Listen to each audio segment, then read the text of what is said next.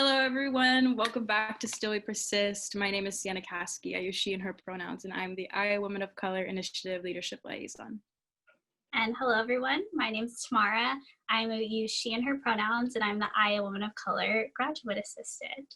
And I feel like I'm already getting emotional knowing that this is our last episode and you pressed film and now it's like actually happening. But as we do with every episode, we're going to start off with a land acknowledgement. Sienna and I are both up in Portland, so we'll be recognizing the land in Portland. Oh, no, you're in Corvallis right now, huh? So I'm on Calapooya, but... Okay. I'm in Portland. Every community owes its existence and vitality to generations from around the world who contributed their hopes, dreams, and energy to making the history that led to this moment.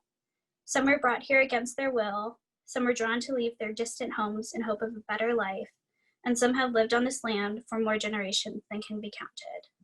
Truth and acknowledgement are critical to building mutual respect and connection across all barriers of heritage and difference. We begin this effort to acknowledge what has been buried by honoring the truth. What we now call Portland, Oregon, and Multnomah County were the traditional homelands of the Multnomah, Cathlamet, Clackamas, Cowlitz bands of Chinook, Tuwalach and Calapooya, Molalla, and many other tribes who made their homes along the Columbia River. And then Sienna, do you want to recognize the land that you're on in Corvallis? Yeah, I'm currently in Corvallis, Oregon, which resides on the traditional homelands of the Marys River or Ampanefu band of Calapooya. And I'm just thinking a lot about how the Indigenous community here in Corvallis is really resilient, and I'm really thankful for that community, and just really holding a lot in my heart right now. So thank you, Tamara, for always sharing the land acknowledgement. And what's cool is like people have used mechanized land acknowledgement since we brought it to Still We Persist too, and that feels good. Yeah. As always, we pay respect to their elders past and present, and we ask that you please take a moment to consider the many legacies of violence, displacement, migration, and settlement that bring us together here today.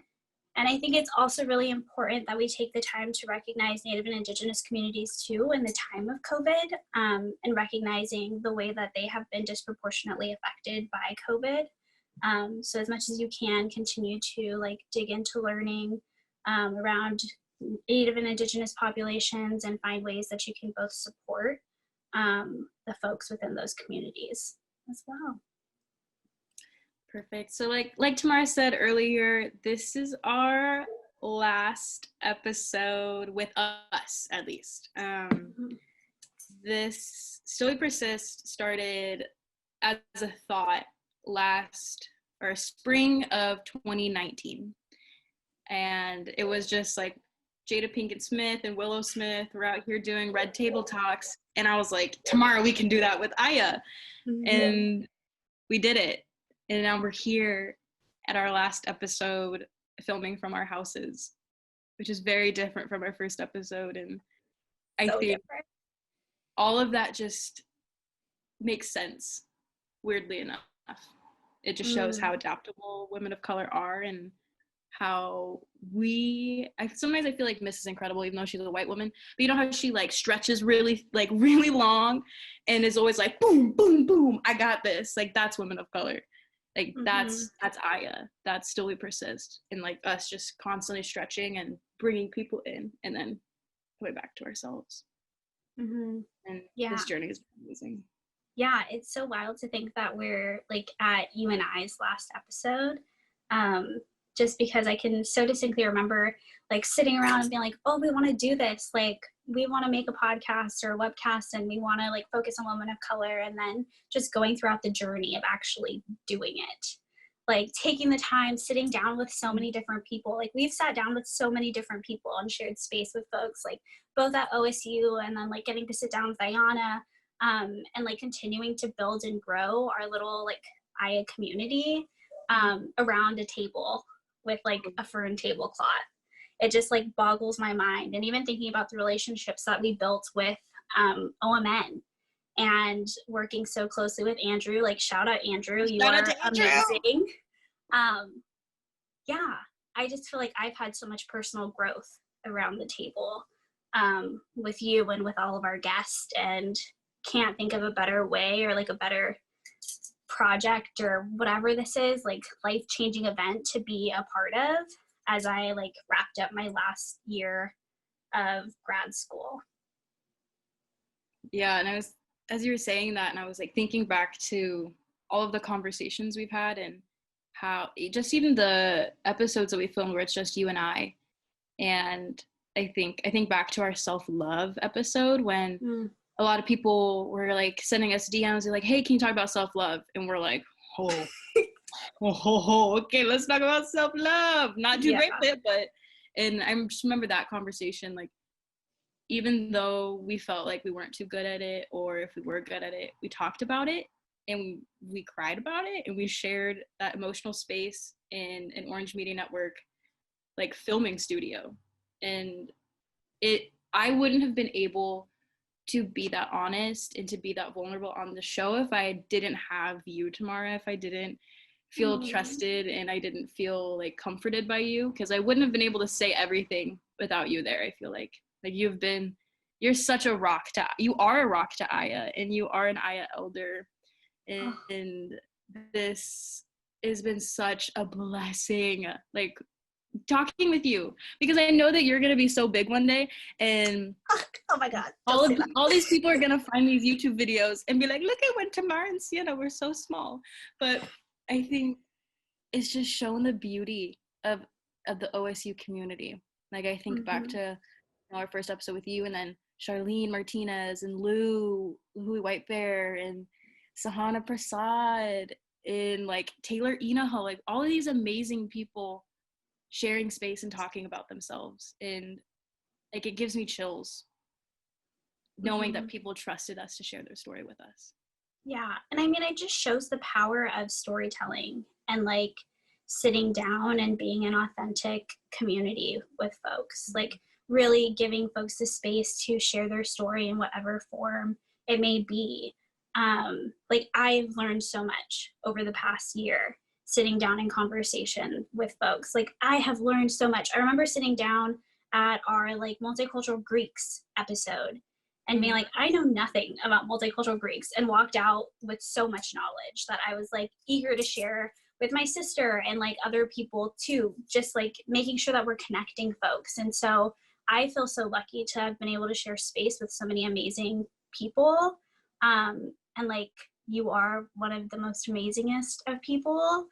And likewise, like I couldn't have been so vulnerable or open if you didn't create the space and like hold space for my feelings to do so.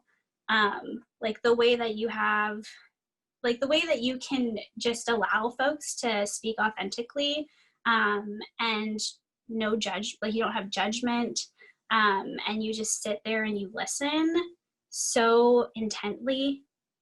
You are an active listener. And I am just so grateful to have been in your presence and to have been allowed to be listened by you, if that makes sense, for you to listen to me. But it's just so wild. I can't even think. I'm like, ooh, does it have to end? I want to do it again. Yeah. Like, do I come back? I'm like, here we go. Next year, still we persist. Right. Yeah. And I think like Tamara and I said earlier, like this is our last show because Tamara is graduating from the College Services Student Administration program. Congrats, master's student, here we come. And then I'm leaving DCE just because I need new opportunities. And it feels good to know that like Aya in the WGC, the Hattie Redmond Women and Gender Center, like believed in us. And I think that's something that I'm taking away from being in this position is people didn't try and stop us from doing what we wanted to do. And we just continued, and people loved it. And that also felt good. Like it felt good hearing people from other departments on campus be like, I actually learned a lot. And like hearing white men say, I learned a lot from your videos. I was like, you are not the demographic I was expecting to hit, but I'm so happy that you learned something. And if just one person says that, that makes my entire life. because that person's going to talk to someone else, and it just goes back to the power of storytelling, like you were saying. But enough about the Still Persist overall. I want to talk about you, Tamara, because you're graduating. I do. And like, how is your time at Aya from the start when you were an undergrad? You don't have to go too deep into it, but like, you've been on campus for a while. You've been a really strong multiracial woman of color on campus. And like, how has Aya helped you through that journey on campus? Oh my gosh. Aya has been my rock. Like, she has held me in times where I was down and didn't feel like I could continue moving forward in this work. She has allowed me the space to grow. She's given me space and allowed me to learn from my mistakes. She let me make mistakes, which I think is a big deal. I remember my senior year of undergrad sitting down with Mick and I and like talking about, she's like, I want to make Aya, like, I want to do this thing for women of color. And I was like, yeah, I'm down. Like, how do we do this? And then seeing it just like grow over the gap year I took between undergrad and grad school, I knew coming into OSU for grad school, I wanted to be like connected to Aya, be a part of Aya, whatever it may be. And literally, like, I was so jazzed when I found out that the Women and Gender Center assistantship was going to be focused on Aya. Like, my heart was like beating out of my chest. I was telling everybody, like, this is what I wanted to do. And it felt like it was something that was almost made for me. And I just have so much respect and gratitude towards Mick and I, and like my first meeting with her and being the graduate assistant, and her telling me like, Tamara, you have the agency to make changes. You, like, if you see something that needs to be done differently, do it. Like, I trust you. And I was like, holy shit, Mick and I trust me? Like, why would you trust me? And I remember just walking into this role being so timid and nervous and just wanting to support everybody as best as I possibly could, but not really knowing how. And so again, like, so much gratitude to Nicole and Mia for being the first like Aya peer facilitators that I got to work with, and them allowing me to make so many mistakes, and also like catching me when I fell and sending me text messages like, Tamara, I think you forgot to do X, Y, or Z, because I'm so forgetful. Like, so thankful for them. And then for the Aya staff this year, like you, Sienna, Megan, and Alex, you all have been rocks for me. And it just showed me the ways that like women of color are so resilient, and all of the fabulous, phenomenal things we can do, whether it be in community organizing on campus or in certain majors in STEM, ethnic studies, writing. I've just seen like the true fruition of women of color. Being able to be a part of World Class this year and the photo shoot, like, holy shit, that was the best thing ever. I've never been a part of a photo shoot like that. Not like a model. So just sharing space with so many beautiful women of color and being like amped up by everybody and seeing everybody bask in like their beauty was like, it filled my heart. I could not think of a better thing that happened on OSU's campus, and the fact that we were right in the middle of the MU. Like, we took up that space and we deserve that space. Like, that is ours. And yeah, Aya has just been so kind to me. And I know that me like physically leaving OSU is not me leaving Aya, because she'll always be with me, and I always will be there for the folks who are working with her. So like, that's if you ever need anything, Aya community, I'm like not far away. I'll be in Portland, and I am like so willing to help folks, even if you just need someone to talk to.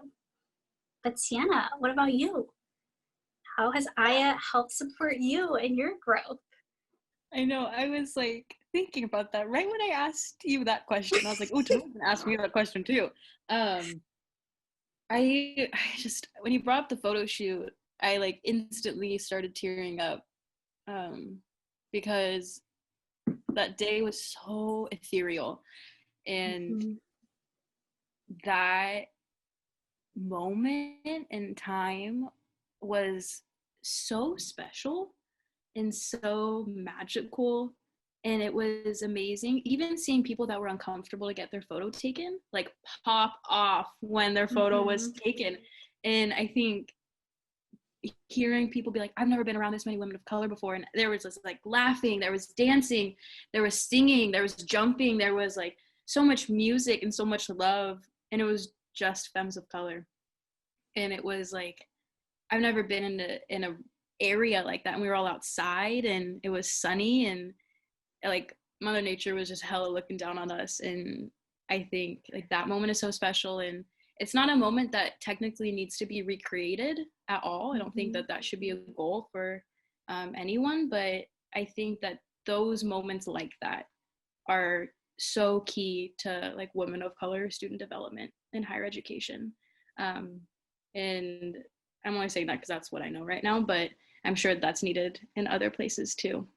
But like knowing, like planning all that was a pain in the butt a little bit, but the coolest part about that is that it was pretty much all women of color made.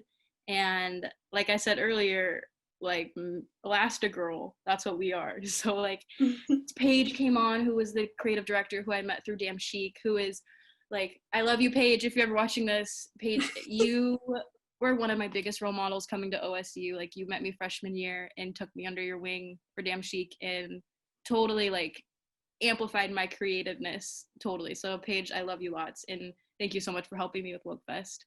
And then we got like Sierra Joyner and Radwana Brahman, two badass women of color photographers, and they're just like totally like, let's do it. And like in Ruta Fafayese, who is the poet, like it was just all of these women of color who were just like, yeah, I can do that, who had all these talents and wanted to share them. And for me, like that meant so much. People believed in my idea and were just like, yep, we're gonna do this, Sienna. That, and like that experience in itself was so empowering for myself, because I was like, I can do this. I can do whatever my mind wants to do.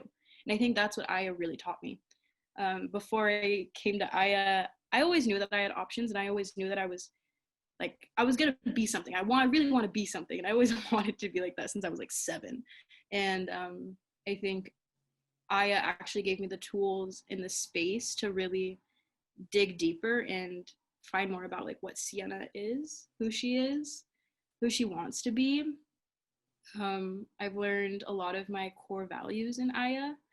I can't even explain. I think sometimes it's really hard to explain what Aya is, because for me it's very individual and community based.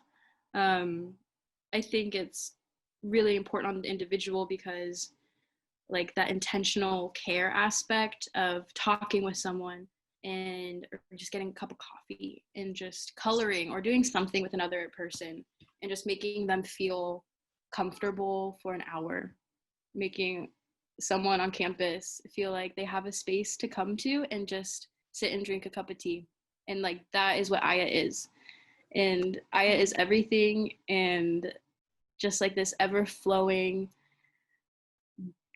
cup of like, I don't even know what it is. It's like this joy and beautifulness. It's black, brown, white, tan. It's like all these different things.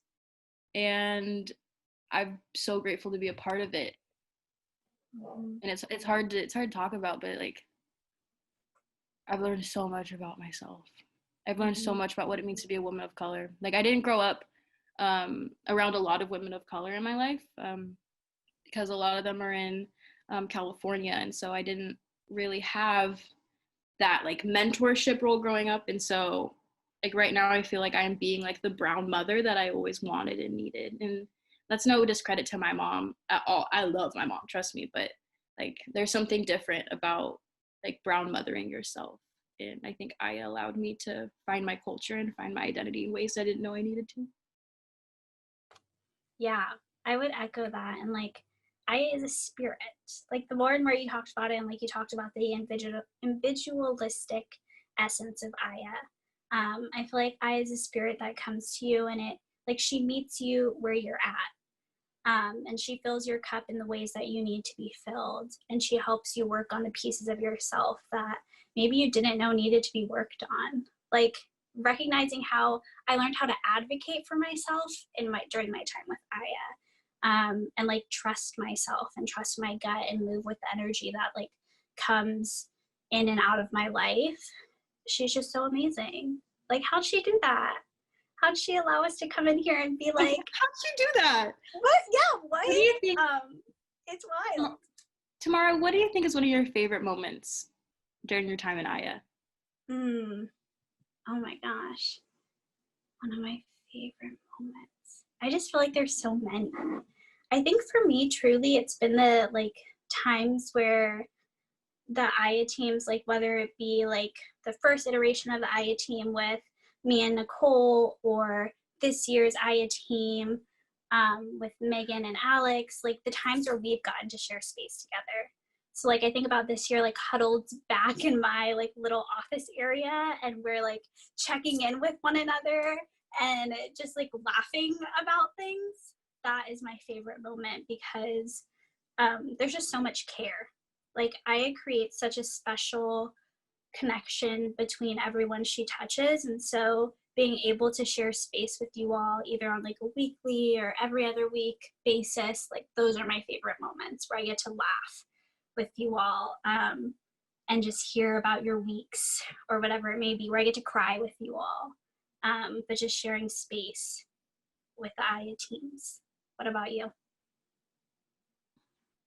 There's so many. I think back because there's a lot of highs and lows, at least during my time in Aya, just because there's been a lot of big things that have happened during Tamara and I's time at OSU, and I think about the really joyous times where there's a lot of like crying laughter and giggling and a lot of love, and it's probably sunny outside, and you know, our graphic designer Gino Patel is probably dancing and singing around, and Genesis is singing, and so like that's what I miss those times where everyone's just kind of in the center and just chilling, listening to music, and like that's what I love seeing people I love comfortable. I love seeing people in my community that may look like me happy, but I don't know them, but I want them to be happy. And I think like seeing other women of color on campus like smile back at me, like whenever I see another like brown girl on campus, I'm like, hi. and I always like, I'm like, and I might be a little too creepy sometimes, but it's just like, and sometimes they do stare back and they're like, and I'm like, and it's just like that little connection makes my day because it makes me feel seen in a time where, you know, white men shoulder check me constantly walking across the quad. And I've gotten to the point where I've stopped. I'm not moving. And I think Aya taught me that.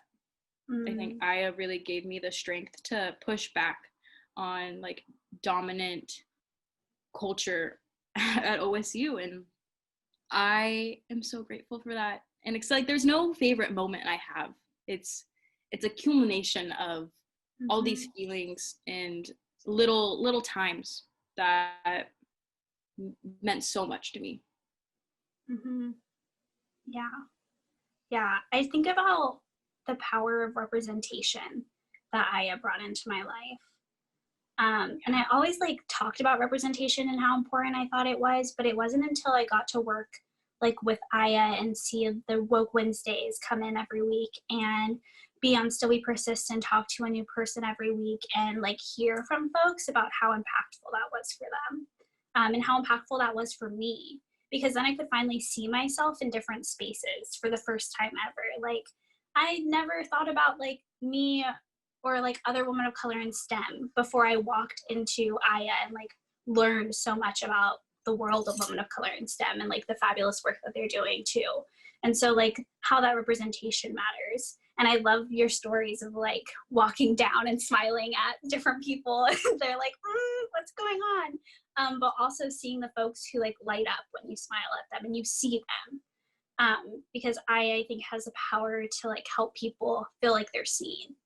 and hold them in a way that's very different than they've ever been held before.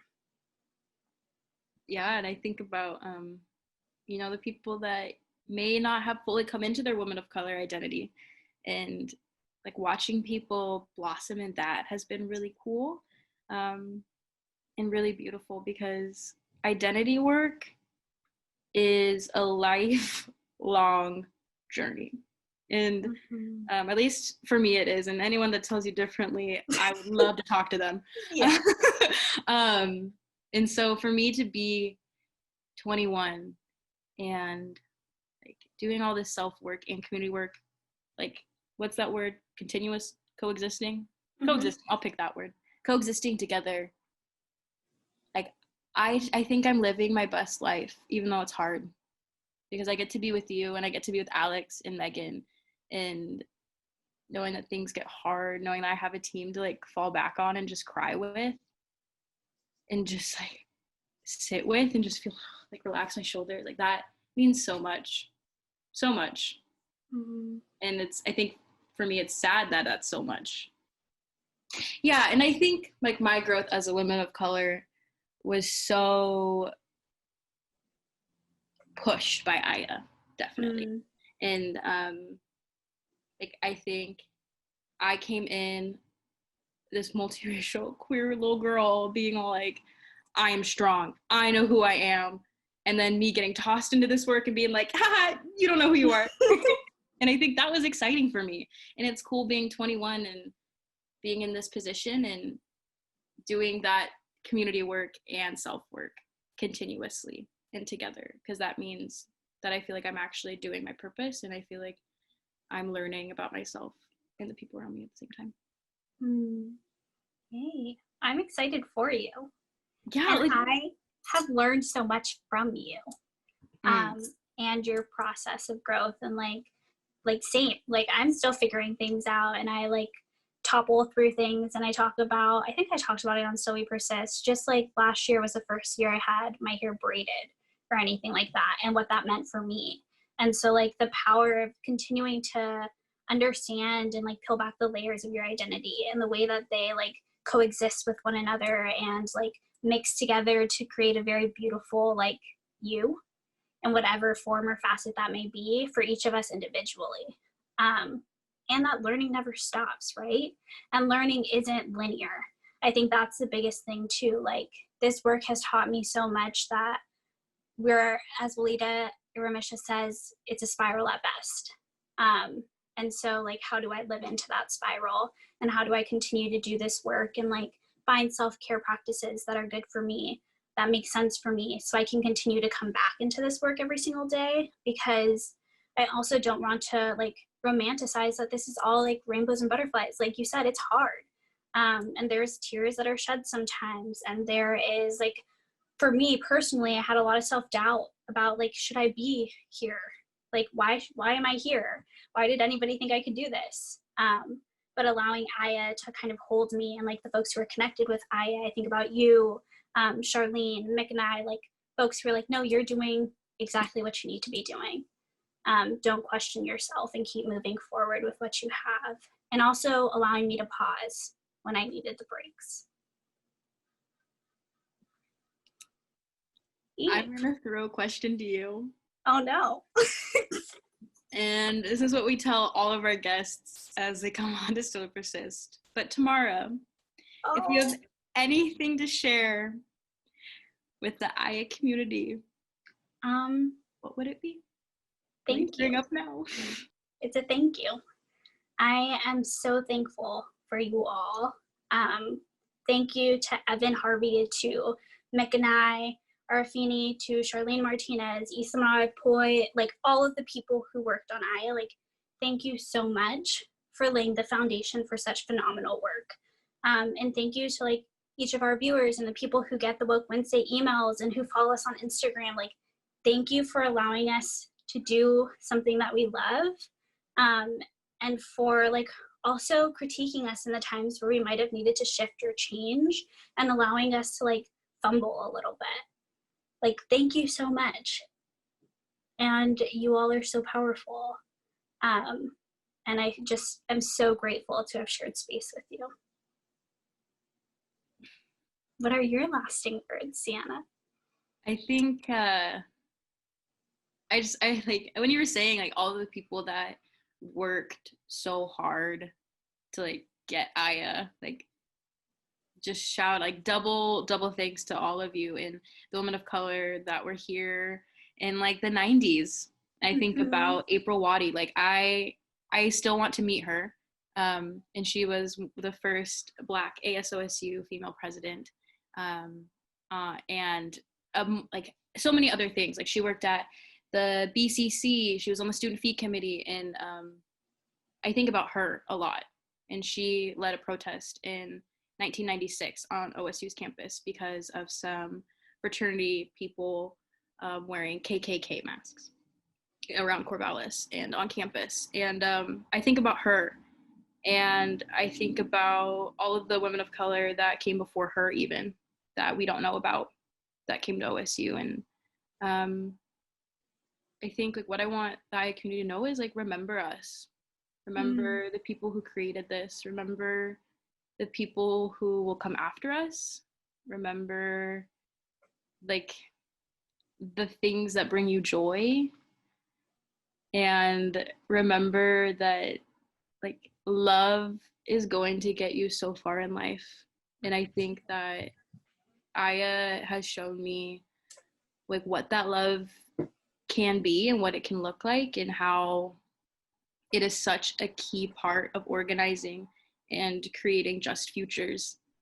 Because if you can't love yourself and you can't love your community, then how the heck are we gonna win this? Like, how are we gonna revolutionize everyone, and how are we gonna fight back if we can't even love ourselves? And so I kind of urge everyone to like, really the most important thing, especially for women of color, is love. Like, at least that's been it for me. Like, loving yourself, loving your body, loving your skin, loving your toes, loving your earrings, loving your like face. Like, just, you're so beautiful, and you're meant to be here. And I wish I could hug you. And I don't know who I'm talking to right now, but like, it's the IA community, and I'm also always here for you. And thank you. And I don't know if I can say anything more without crying. So I know. I'm like, I want to like hug you, but I'm like, my arms can't go through. I know. I'm like, can I have my screen? Like, how do I just like climb through? It's just like so weird. I feel like I'm not wanting it to end, so I'm just rambling on, but I'm like, nobody wants to listen to my rambles. But at the same time, this is just, it's not an end. It's like, what do people say? An ellipses? I don't even know what that means. A dot, dot, dot. Oh. Yeah. It's a dot, dot, dot. There's going to be like so much new growth that happens. And I'm so excited for the new iteration of Aya and to see everything that they do.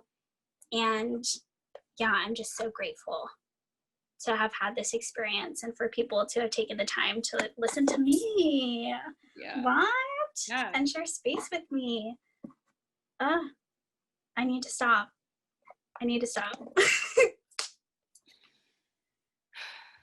It's been a roller coaster. It's been a beautiful ride.